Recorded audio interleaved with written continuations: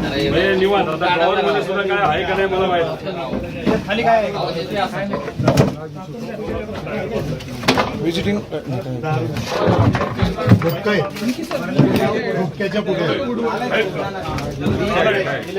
सुपारी सुपारी.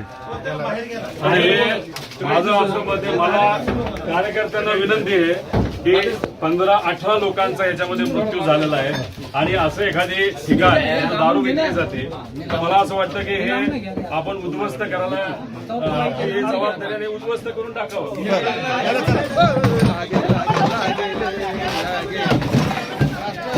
कार्यकर्त्यांकडून अशा पद्धतीने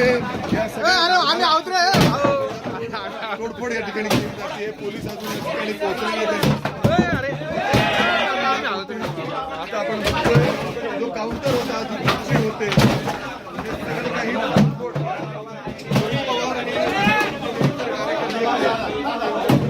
ते काढते